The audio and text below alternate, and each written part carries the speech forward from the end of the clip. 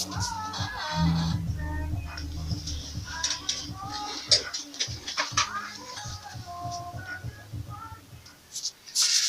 right, thank you and welcome to the midweek edition of the program, Daybreak Show Citizens Forum on Rock City 101.9 FM. Yes, the voice of the people. We are going to talk about the people this morning. Well, I'm sure not many of us will say they are not aware that the president or there is a presidential order asking all state governments, I think local governments should be included too, to ensure that workers are paid all their emoluments, not just salaries. Now, whatever you are owing them, that's what it means. You have to pay it before the Christmas, he says. That's under 4 weeks now, or under 30 days. Today is 29.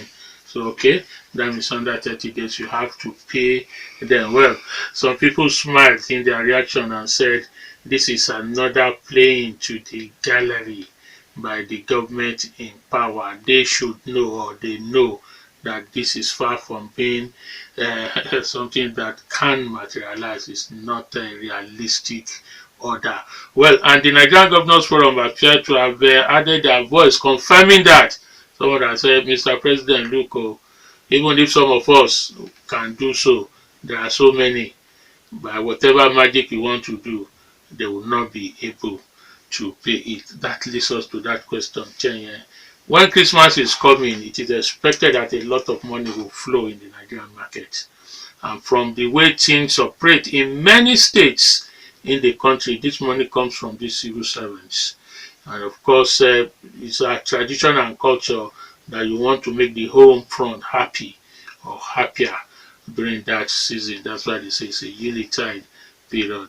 So people have to buy, consume, and also. So where will that money come from? Well, we'll be told we are just marginally coming out of recession, and the truth from all indices is that things are hard. So how realistic is this presidential order? How will it be carried out? How optimistic, how joyous are the workers or Nigerians themselves about this presidential order? That's on our focus this morning. Dele Ayodo remains my name.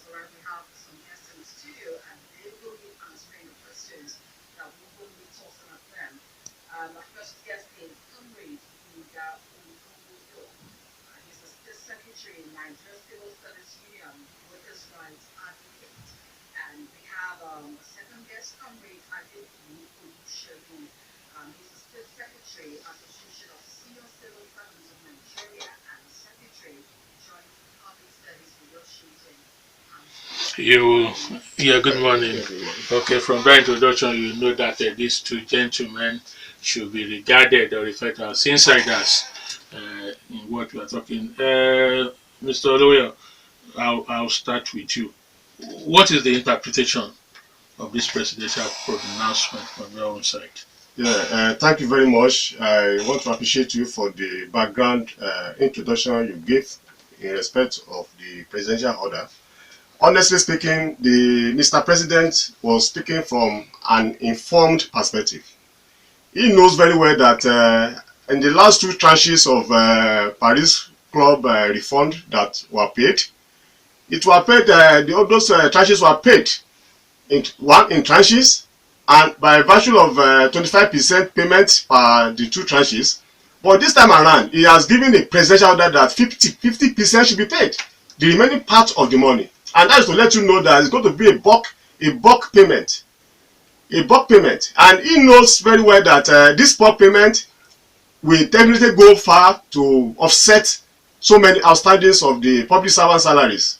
And as a matter of fact, before he could have given that order, he must have done his own work by his aides who are on ground in so many places. And that is one reason why he even specifically mentioned that the Minister of Finance, the CBN governor, and the budget and planning, thank you, Duma, that they should work together to ensure that they discuss with the governors so as to ensure that the payment is made. And I want to say that any governor that says that he cannot pay, well, he's not being sincere. Because I heard about the position today, when they said that some of the governors may not be able to pay, why are they preempting that they cannot pay? I must confess to you that Mr. President has showed a fatherly disposition to the payment of this money, and the governor should be sincere enough to pay the outstanding salary. And as a matter of fact, when you look at Nigeria as a country, you realize that workers takes larger percentage of people that have dependents.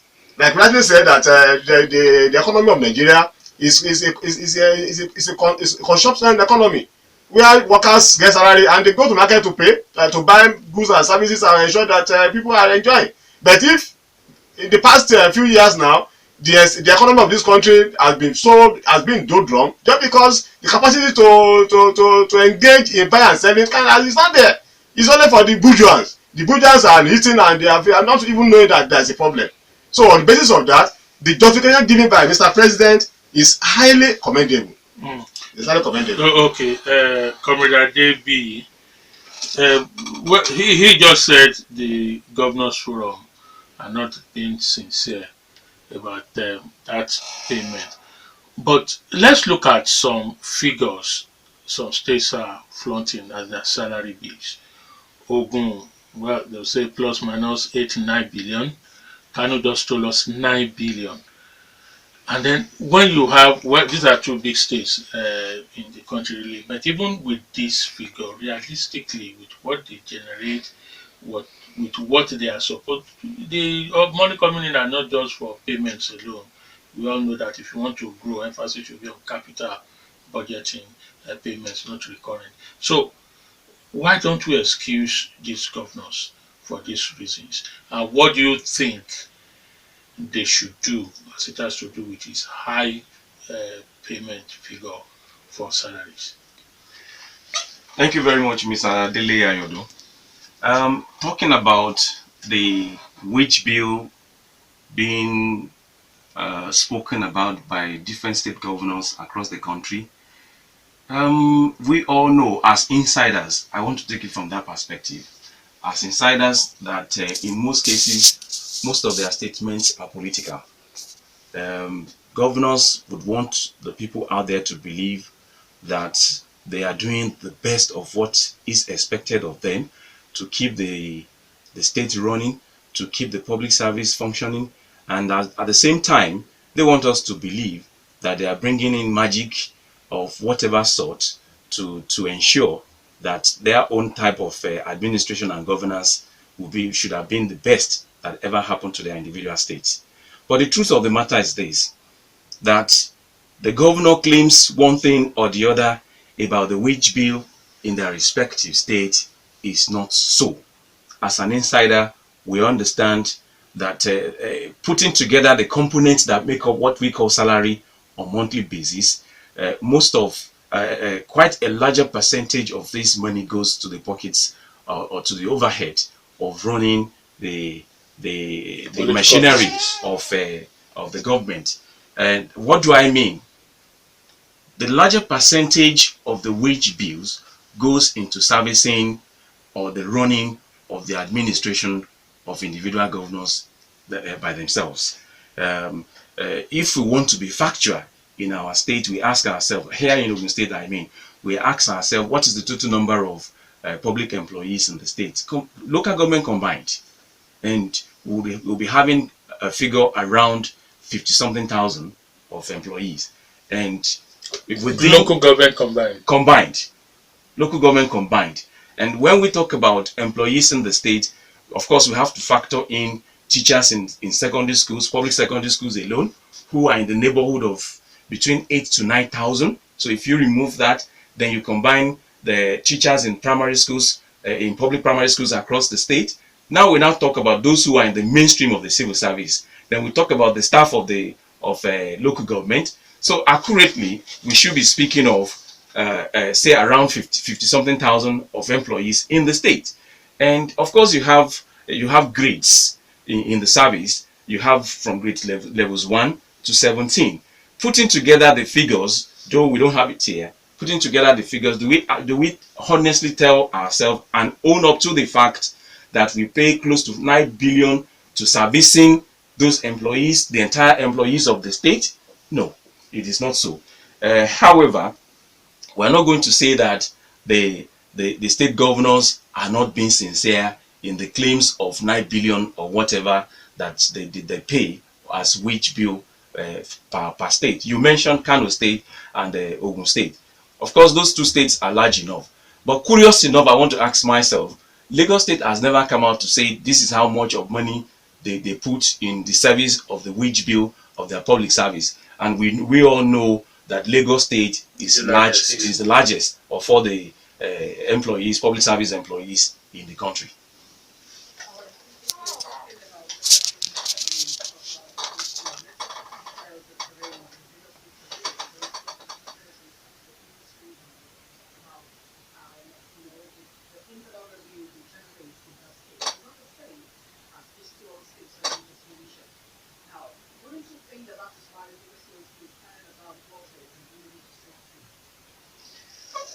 Yes, your observation is absolutely correct. Lagos State, considering its peculiarities, and one of the most thriving states in the country, and in some quarters they even put it as one of the largest economies in the whole of Africa. Having said that, Lagos State should be able to to stay above waters in terms of this economic quagmire we find ourselves. But the fact is that Ogun, Kano, Kaduna, and several other large states across the country, they do not have they do not have public service employees as large as that of Lagos State. But what we are saying, what is contentious here is about the population of their workers vis-a-vis the total wage bill being paid per month. That is what is contentious here. We are saying categorically that in most of the states of the Federation, the claim by the CEOs of those states that they pay as much as XYZ wage bill is not correct. We want each of the governors, or we want each of these governments, if they want to be sincere and honest and transparent, for emphasis, they should come out and tell us the components and how much each of these components of the wage bill per month takes. Then we now can put it appropriately how much of that money goes into servicing the employees of these individual states. Let's try and localize this now, because, like you said, we don't have figures of so many that Kogi, for instance, says he's paying between 4 and 5, and yet he's doing so much in order. But let's localize where we can have the thing. Are we optimistic? Are we smiling about this instruction or this presidential order in Ogun State? Optimism, partially. Excited, maybe. This is what I mean. Like my comrade rightly said, in the last two tranches that these individual governors had received from the federation, from the federal government, the news was replete with the fact that a quite number of them diverted the fund. And in fact, there were dramas ongoing. We are quite aware that there are some governors on the watch list of the EFCC about those monies, of which this same presidential directive was equally given then, that please, this money we are given to you, above 70% or 75% of this money should go into servicing of arrears of workers in your individual state. But of course, we are all living witnesses to what transpired thereafter. They listen to the Mr. President of the country, and then they do otherwise as they so please. These CEOs of this states will tell you, we are in charge. We understand where the food, where the shoe pinches, and we should be able to tell where the money should go. And I don't want to mention names of states who had done otherwise, but I must say this, that in our state here, kudos must be given to our governor. Quite right. The last tranche we received in the state, 75% of that money went into servicing of arrears, especially of pensioners and of global deductions in the state. But optimism, excitement, well, those are elements that would be present amongst our people now, but we should try and understand the nitty-gritty of someone given the directive and another person on implementing. Okay, Mr. Olowonyo, you are also of the right advocate of workers. We've been told stories, we heard different stories. In fact, many of them we don't know which one to believe about the number of months of deductions that were paid as a result of the previous instructions and all that. And now this one that is being expected following this order, will it clear this? Because this is one main area where issues have continued to come up here in the state about the deductions and disallowances and arrears of cooperatives and all sorts. Honestly speaking, there is nothing is possible with commitment and with vision. I must confess to you that if you are talking about whether what is coming can clear what the outstandings on ground, there is nothing impossible. It is commitment, and I want to say that it is only good to say it at this moment that when you are paying net salary, you are not paying complete salary. The outstandings are still part of salary. What of if those who are making contribution either through cooperative, either through deductions, either cooperative contribution pension scheme, if you have not keyed into these schemes, will they not pay the complete salary, which is the gross salary? What we are saying is that we are very, very optimistic.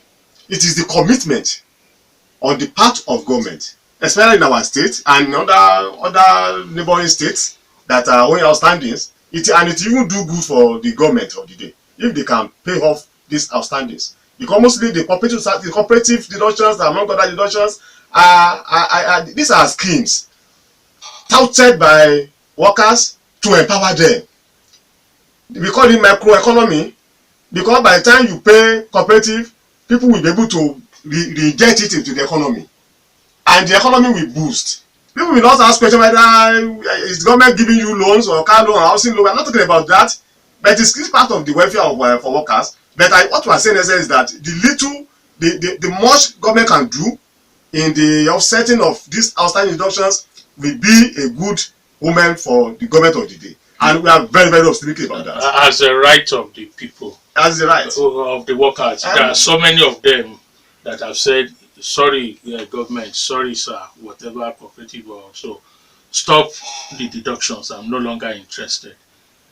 And the story is that they've been told, no, you must continue to. So what are you people doing this when you are, if they have a right? The issue of cooperative, you see, let me tell you one thing, it is the issue of that permitted the people's agitating that they want to back out. You see, when you look at the advantages embedded in cooperative scheme, you will not say you want to back out. Yeah, but they said I don't care anymore about the advantage. Well, I think you see, we cannot. And then you people are not doing anything. I want to leave, and you are saying they must. By the time you get to the big, you know how to cross it. Let us look at the issue on ground now. Is not the issue whether you are having a headache and you want to cut off the head. Let us see. Let us have a soft landing first. The one that is outstanding, let government pay. By the time government pays, those who are agitating that they want to back out will not be decide. They have a rethink.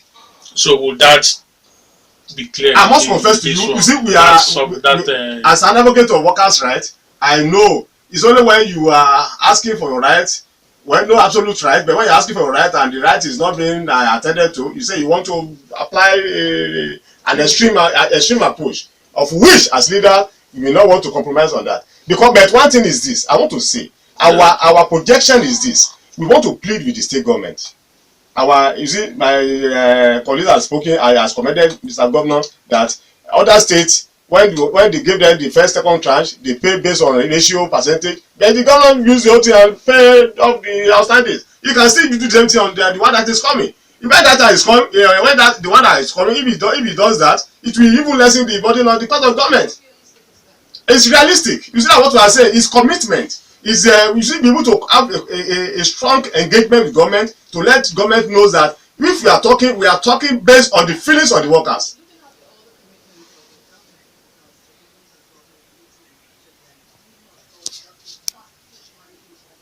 Which commitment, please? Infrastructures. There are so many people who are not. If you are hungry and you are doing other infrastructure, how will that complement?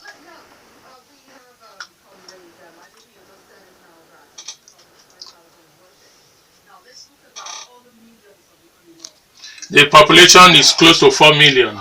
That is where some people are making mistake. When you're talking about 55,000 or 57,000 workers, when you look at the multiplier dependents, you want to realize that an average worker, an average level 5, let me put it like that, level 5 worker has not less than 15 dependents. With little is earning. With little is earning. Let's talk of it. Those who are on level 8, 10, 12, 14, 15, look at their dependents. You look at the multiplier population that are dependent, that depend on these workers. You don't look at it from mere figure. You look at the ominous, multiplier effect of those that we are taking care of as workers. So on the basis of that, if that is why some people are making mistake, say just 1% of population of the publics, whereas the 1% you are talking about has not less than 10 million, dependents. Comrade Adebiyi, Yes, so far, are we discussing with government, or do we have the intention to have a discussion with government to ensure that come December or when this money comes in, there won't be any issue at all? Well, to addressing myself to that question, I should put it from the perception of the GNC. Discussing with the government, yes, this we have consistently sustained. There is hardly any week gone by of which the GNC would not write the government officially, and we don't just address our letter to the government alone. We ensure that copies of that same letter circulates to all other institutions to ensure that they are carried along, they are informed of our position, and that these are the latest on this matter ABC.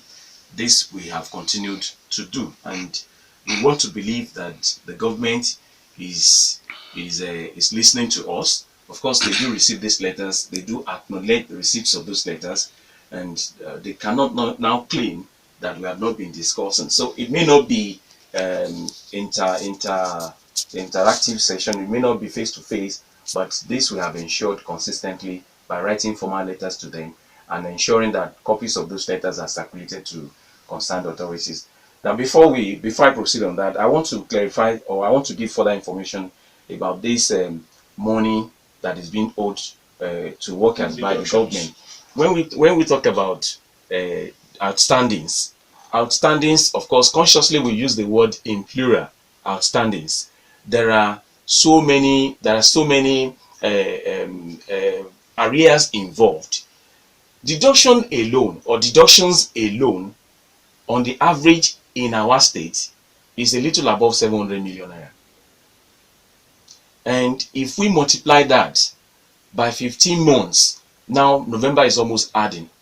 If we add November, we will have 16 months of global deductions in arrears. And if you multiply 16 by this average of 700 million naira deductions per month, you know how much of money that is being owed to workers by the government.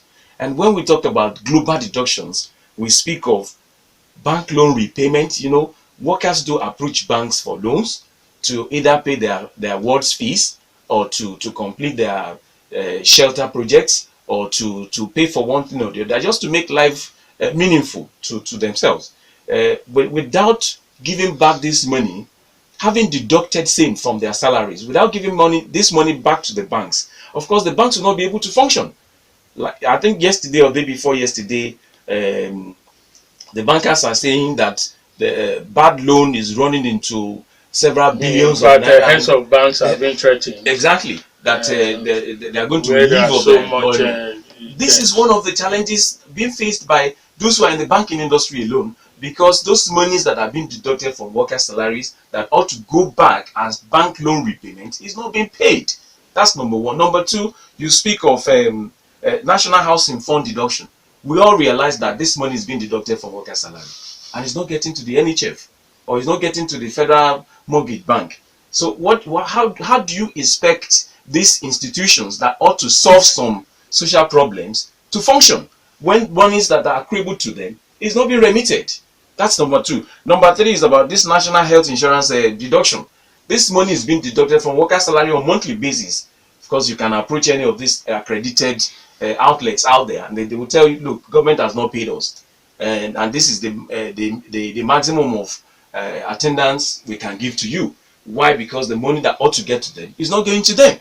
So when we speak of deductions, there are other things. Okay, let me mention very particularly union deductions, which we call check-off deals. When you deny these industrial unions their legitimate earning, which is even statutory, you are incapacitating those unions to function. They have employees, they have some other monies to be paid, they have a counterpart fund to be paid, both local and international. When this money is not coming, it's as good as removing them from the social relevance, you know. So when we talk about global deductions alone, like I put it, it's a little above 700 million naira per month in our state, multiplied by 16 months. So you know how much of money that is being owed.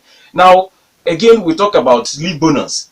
In Ogun State alone, I think government paid half of 2015 of leave bonus, leaving outstanding of that of 2015 half, 2016 in full, 2017 is almost gone. Workers are now saying they are being owed almost 3 years of leave bonus. It's their entitlement. It's not that they are begging for something extra. It's their entitlement. And again, you talk about contributory pension deductions. On monthly basis, it's a provision of law that the workers should contribute 7.5% of their basic, and government should add its own 7.5%, and to be kept with the pension fund custodians. This money is not being remitted in the last 85 months. We're talking about something about 7 years now. And of course, if you put that in figure of naira and kobo, it's about in the neighborhood of well over 40 billion, if you're not exaggerating. So you now ask the question, would this money that is being expected will be adequate to offset all of these arrears? Some of those governors are being sincere by saying no, it will not. They are being sincere. But like my comrade said, if commitment is there and we are dropping certain percentage of this money on monthly basis, in no time we'll be able to clear. So these are some of the things that. So your optimism is drawn on the fact that if there is consistency and show of will of purpose, it will be clear, but not at a go. No, not with a presidential order. Exactly. Now, Comrade Olowonyo, because of your involvement in right activism, that's why again I want to ask you. You heard what he said. If government deducts from somebody's salary in order to pay debts in bank, yes. If government deducts for the purpose of NHS and other things he has borrowed, if government deducts for 16 months, a year, 4 months, 7 years, and these payments are not made under the penal code, these are crimes against the state. Yes. And then people like you are not doing anything. How did you wait for it to get this bad? Well, it's a very unfortunate situation because when you have leaders in place, either in government, in private sectors, you build confidence in them. It is the confidence that we built in these leaders that always give them the opportunity of our concession, that hoping that they will see reason and do what is just. But it's very unfortunate that some of these leaders, when they get to power, just because they have the executive power, they now begin to look at it from the angle that, well, if you cannot do this, then I do this. But as leaders as well, we are mindful of people that we are leading, because there are some actions that we want to take that may turn out to be counterproductive. So we are very mindful. But what we are saying now is that the question you asked me, why have you waited till this time when this before the matter get out of hand? Yes, like I have said, you see, we have learned our lesson in a very painful way. We have learned our lesson in a very painful way, and we are very conscious that, well, you know, in another when another opportunity comes, we'll be able to know that you don't give concession to leaders, because when you are able to appreciate the disposition of that personality, you know that whether this one is worker friendly or not, or whether he has the vision or the commitment to do what is just for the populace. You see, let me tell you one thing. All what we have just mentioned. Either you are talking about National Housing Fund, National Insurance Scheme, CPS. All these are social nest, the social nest for workers to have a soft fallback to some social facilities, of which some of these elites have access to unlimitedly, because they use our public funds to take care of themselves. But how could you say that you that is elected to manage human resource, not necessarily workers alone? What about the populace? Like I told you before, that you see, as a worker, our responsibilities are enormous. And that's why, like I have said, we have learnt our lesson in a very bitter way, and I know with God on our side, it's always on our side. If not, by now, look at it, unions that have workers that have not been paid for the past 15, 10, 11 months, how are they surviving? It's a reality of fact.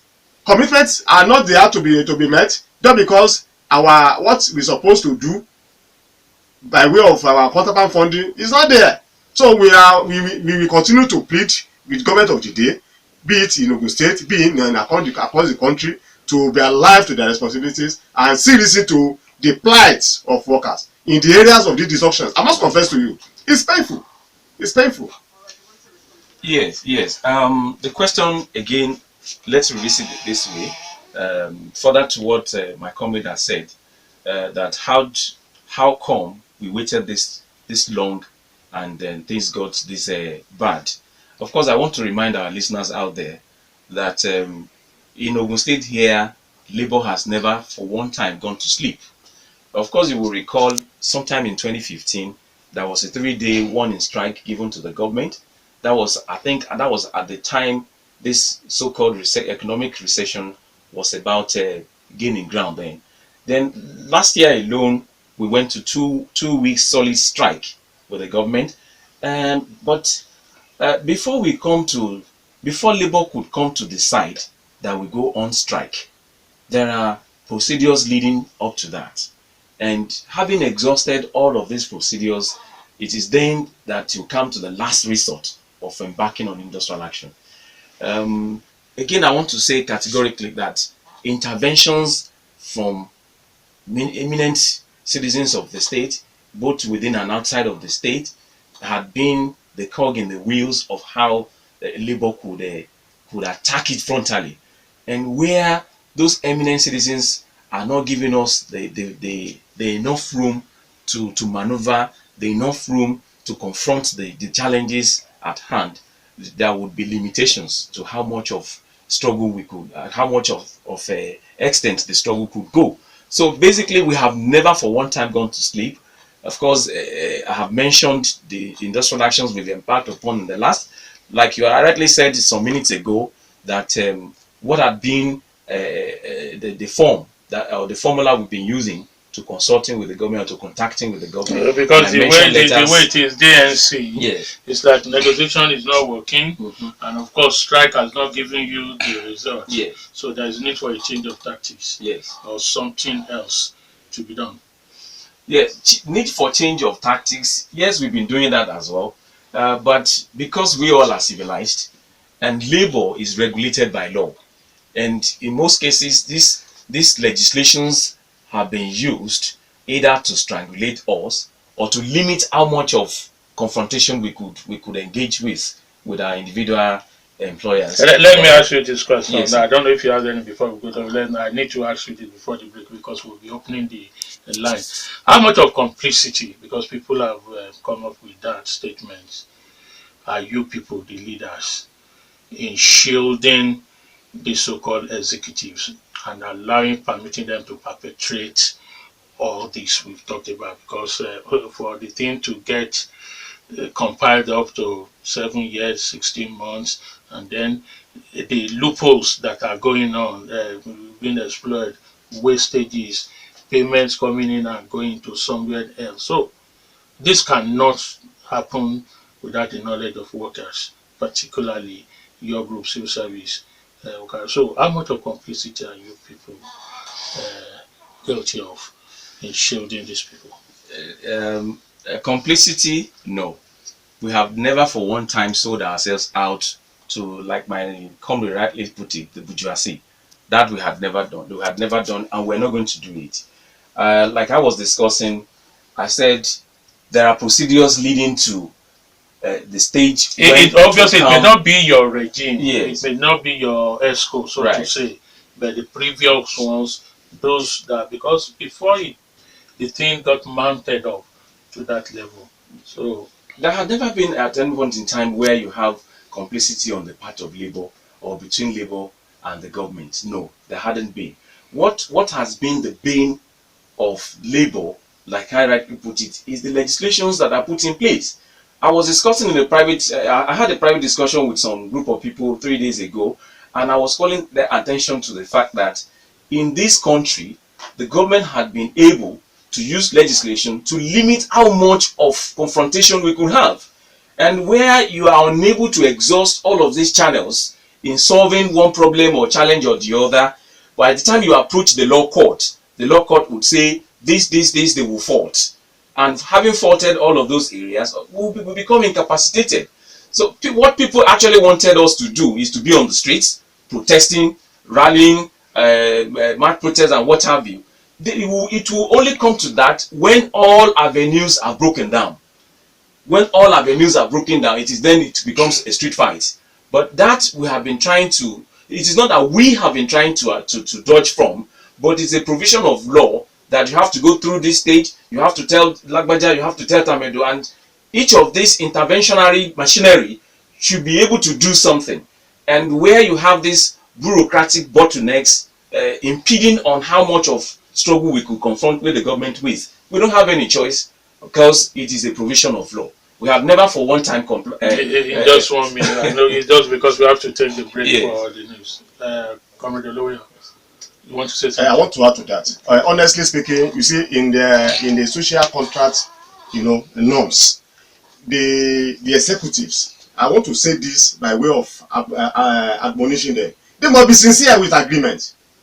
The social contract is the social contract is about engagement. It's about sincerity. You see, when you even enter into agreement with your employer, it behoves on them to be sincere with it. If the sanity is there, you see, we have learned certain thing. You see, one thing we have learned is that we are all stakeholders in this project, and we wouldn't want to be in a place where we want to destroy the system. That is one reason why some of them take us for granted. Like my colleague said, that we don't always engage, we don't even want to go and protest because the life of our members are very important to us. But I want to plead with the executive that the social contract should be respected. The social agreement, social dialogue, when we are dialoguing, you should be able to be listening with us. When we enter to agreement, the agreement will be followed.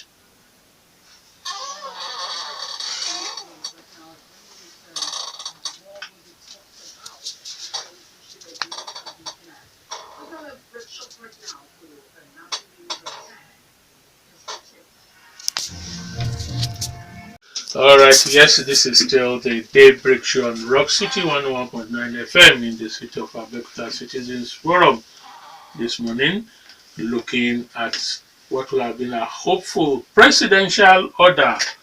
By December, all Nigerian workers must be paid by their state government. That's what the dream of Mr. President in an order he gave. Pay all their allowances, their arrears. He didn't just say salaries. He said whichever one you are owing them, you must pay it by December. and that's what we are looking at. Localizing here in the state, we've been told by our guests that here in the state there are about 85 months, 7 years of some deductions, and in some instances we have about 16 months, that's a year and 4 months of areas to be paid by the state government. How that will be done? Well, the two gentlemen are still optimistic that it can be done when you show the will, the political will to do so, even though they are not opening all their vocal cavity, all their, is it 37? I forgot the place, remind me. They are not opening everything and say yes. So if you have your brother, uncle, cousin, father in the civil service, don't begin to draw any list for December. So if there is no gari or if there is no rice given to you as Christmas gift, Aghemerio, don't worry. The payment will just be in paper. But they are hopeful that one day the alert will do pam pam, and then you can begin to ask the landlords and everybody. All right, we have Comrades Adebiyi is of the DNC, and of course Gbenga Olowonyo is also here with us. All right, quickly, do you have questions, or we should just allow our listener to join us? Okay, then I guess there. Can we move over to them? Okay, who goes first? Your reactions to some of the callers' position. I want to take it from Dr. Nkom's contribution. More or less, what he said is an indictment on the labor movement of the state.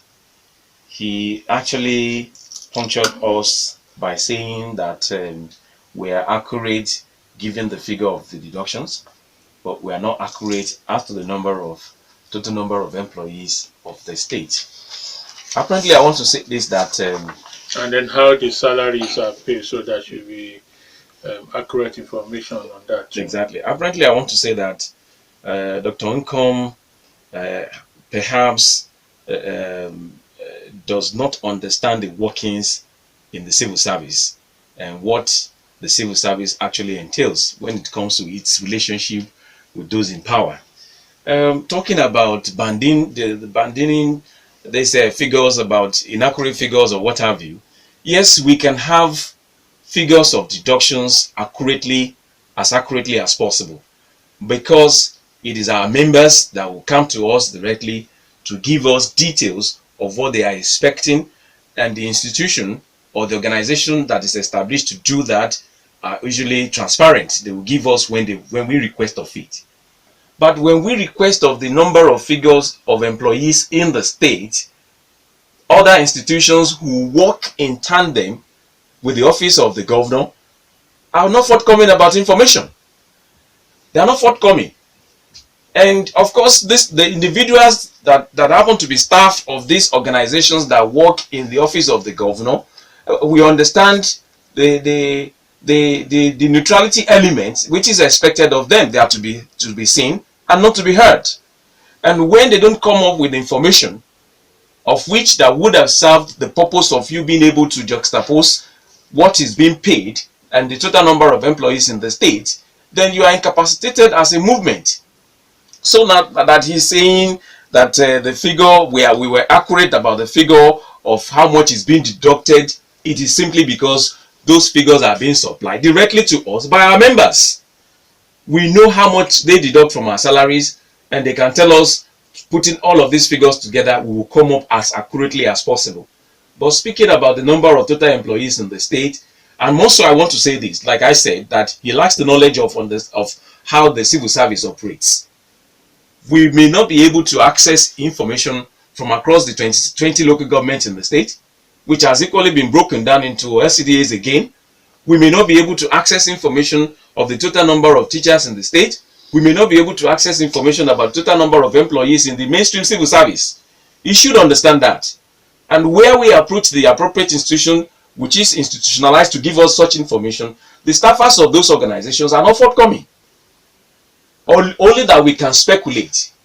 And speculatively, we are very sure that we are being close to accurate number of employees of the state. Now, having said that, Mr. Gafar, Mr. Kayode, Mr. Fatuki, and Adebiyi from Omida, they all identified what we've been discussing all this while, that it is criminal, that it is not fair on the part of the government to not to pay their workers as and when due.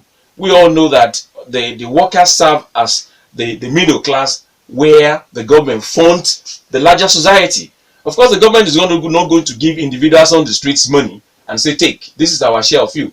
What the government can do is to spend money on capital projects. And as they spend this money on capital projects, the money circulates in turn. But talking about this money that is being earned by workers, they go to the common market, spend it to Mama Oniru, Mama Oniyo, they're out there, who in turn will take the money to finance their homes. That's how it is being done. But where you are removing the larger percentage of that earnings from the workers, the larger society in turn will suffer for it. We should understand these dynamics and how the society operates on the basis of economics.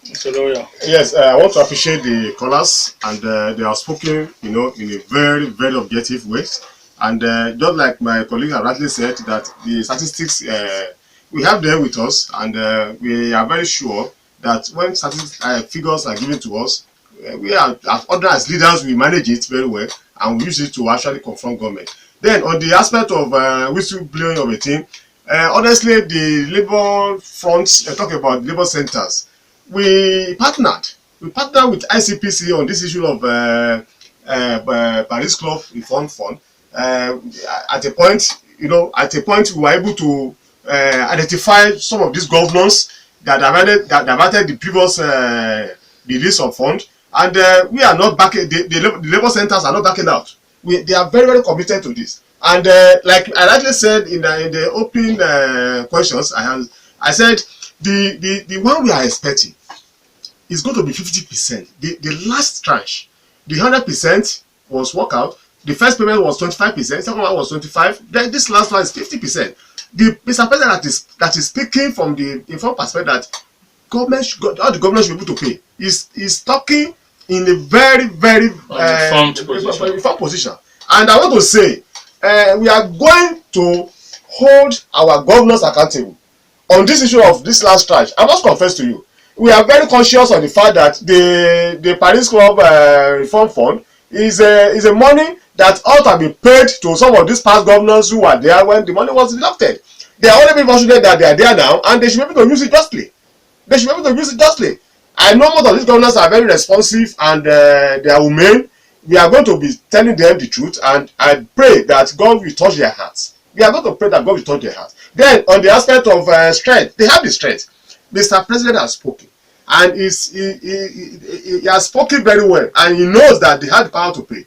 We are not going to rely on the NGF, the Nigerian Governors Forum, saying that they cannot pay. What are they telling us? They should account for this money. Then, on the criminality of not paying deduction, I think we have said this, and I want to say, as labor leaders, we have a covenant with our members. It's a very strong covenant, a divine covenant. We are not going to back out in ensuring that we fight for the betterment of their welfare, just because even the biblical induction, it said that you don't allow the sweat of your laborers to get dry before they are paid. But we have been experiencing where you have a sweat and the thing is getting dry, and even the little blood we have is getting dry. We will allow that to happen. All right, can we add messages? Let's come to our guests. We check out the messages. Comrade Olowonyo, your reaction. Is it really, why really should the president get involved in payment of salary by states? Is he not the one hitting off the politics? Why should he be involved? Why should he get involved in any form? Yes, I want to tell you, when you see somebody who is very, very sincere, who has integrity, you cannot pretend not to have it. And that's what Mr. President has shown. You see, the pronouncement made by Mr. President was to show that how the extent of the feelings he has for the Nigerian workers. And I want to say that any reasonable person in the helms of affair at the state level should equally imbibe that spirit of a strong feeling for workers, strong feeling for human beings. And that is why he knows. I want to repeat it, because repetition means emphasis. that Mr. President has made a pronouncement that these salaries must be paid. He knows what he's saying. There's no way you release 50% of a bulk money for the Paris Club refund that we not go far in paying the outstandings. And that is why I want to say, you see, Mr. President is we have to commend him for what he has just done. You have to commend him, and that is why any governor, in fact, I felt bad when I heard Okorosha talking today that most of the state governors cannot pay. What is he talking about? We understand him building statues all over the places. We know his priorities. Is that it should that be the priority of a state governor? You are elected to come and to better the lot of the people, of the populace, and you are building statues of president of Ghana, Liberia, and even doing all these nonsense statues. You say that is his own priority. And I want to say that we have our governors who are very listening. We know that some of the governors have love for infrastructural development, but they should only have love for the humanity.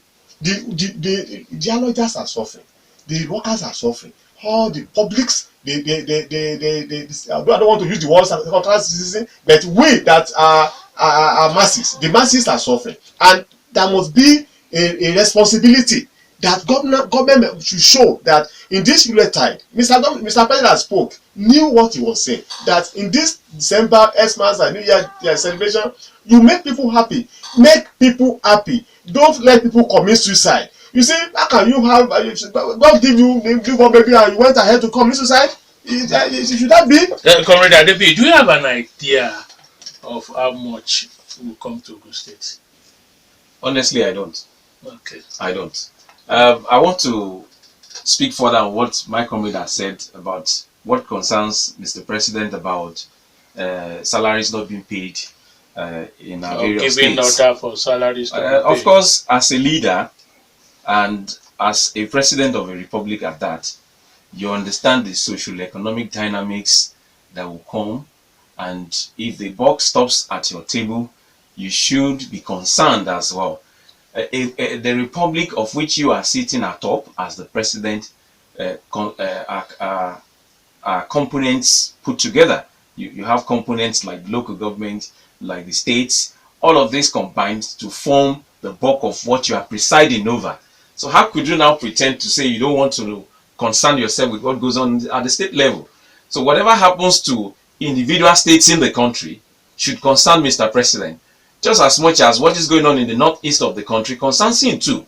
So the social economic fallouts for the fact that people are not being paid, that the middle class is suffering, was enough for him to be concerned about how much of solution he would be able to provide. And definitely the reason why he was elected and to preside over the affairs of the country is to better the lot of Nigerians. And when we speak of Nigerians, and factually, if the government remains the biggest employer of labor and the labor itself is suffering, then it is the concern and purview of the Mr. President to ask questions from these state governors what is going on concerning salaries in their respective states. Alright, do you want to also react to other comments earlier on by people who just had the messages we have? Yes, I want to re-emphasize that our politicians, when they need the masses, when they need stakeholders, they don't talk from the perspective of percentage. It is only when you get to power, they now talk about, say, workers are 1%. I want to appreciate the callers that they have come to realize that, you see, when you talk about a single worker, like I have said before, has not less than 50 dependents at our home front, at our city front, at different levels. So that particular perception, I want our politicians to have a rethink that when you better the lots of the few percentage you thought you are taking care of, they have effects in their lives and in the communities they live. Thank you. 1 minute, Mr. Adebiyi. Yes, very quickly, I want to a bit of information to Mr. Shobowale that states don't operate in isolation. That one is an executive at state level and shouldn't listen to the executive at the federal level. It's not tenable under the presidential system he mentioned about. And in the Federal Republic of Nigeria, like I said, we come together to constitute the republic, and there is interdependency, there is interrelationship between the various levels of government, of which as a whole make the country to function properly. Very instructively, I want to appeal to the government at various levels that by the time this money we are expecting, I had even said it at one forum this morning, that at most we will have to wait for another 3.5 weeks, and probably a few days before the Christmas they're talking about, because giving them themselves the time lag of before Christmas is like saying that nothing would happen before Christmas. And you know our people, they will have to go to the marketplace before the Christmas itself. So we want to appeal to them not to bring lists of whatever bureaucratic process they want to go through. By releasing the fund, let them make it as fast as possible. I'm appealing to people who will want to ask myself and you for Christmas gift. So hold on, don't come with any list yet. Don't worry. Well, we appreciate you. Yes, the two unionist comrades in here. Adebiyi is the Secretary General Joint Negotiating Council. And of course, Gbenga Olowonyo is of the Nigerian Civil Service Workers Union. Civil Service Union. Civil Service, okay, Civil Service we appreciate and just as things also improve. Yes, through the union or whatever, Rock City FM should also feel it, so to say. By the grace of God. All right. We thank you all out there for joining us. Tomorrow, Thursday, we'll be here again, fresh and new. Dele Ayodo is my name. I say God bless you all. God bless Nigeria and God bless Rock City.